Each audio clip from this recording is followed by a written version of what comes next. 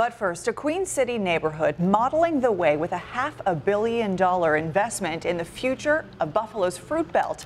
Good evening. We are talking about a grassroots vision for this impoverished neighborhood, with the people who live there leading the charge. As 7 Eyewitness News reporter Madison Carter tells us, it's all part of a grand plan almost 2 decades in the making. All of our projects, we've started with zero. From the ground up, Pastor Michael Chapman and his First Lady Ina have been quietly buying up and building up the neighborhood they grew up in. You're talking about as much as 60% ownership of the land that's in the Fruit Belt. And there are big plans for that land that surrounds the Buffalo Niagara Medical Campus. Best to Jefferson, Jefferson down here to back up to Maine. The St. John's Gethsemane Church owns this property. They call the 45 acres the Village Campus. We're talking subsidized housing, low income and market rate apartments, hospice, senior living, daycare, and business hubs. We got 15.1 acres of the most valuable land anywhere in Western New York. The church is committed to seeing $500 million in economic development on that land over 15 years. Existing projects will get upgrades, and new housing projects are planned with help from private funds and state grants. Originally, they were going to turn all of this from Michigan all the way back to parking lot.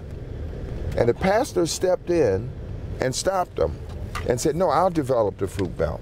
If the Buffalo Niagara Medical Campus was going to become a world-class medical campus, we would put up the assets and facilitate the community becoming a world-class community. The church says it's sitting on close to $70 million in assets, and it's leveraging that towards securing additional funds for its Fruit Belt vision.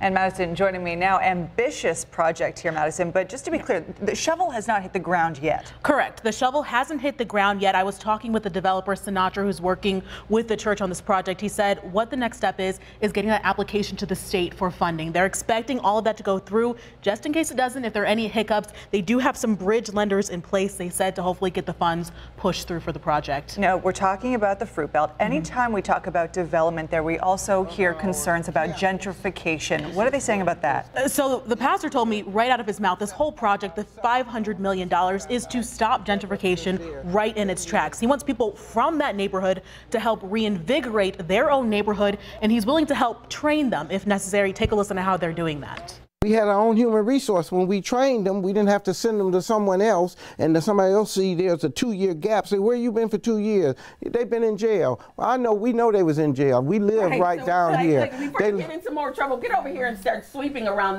this construction site.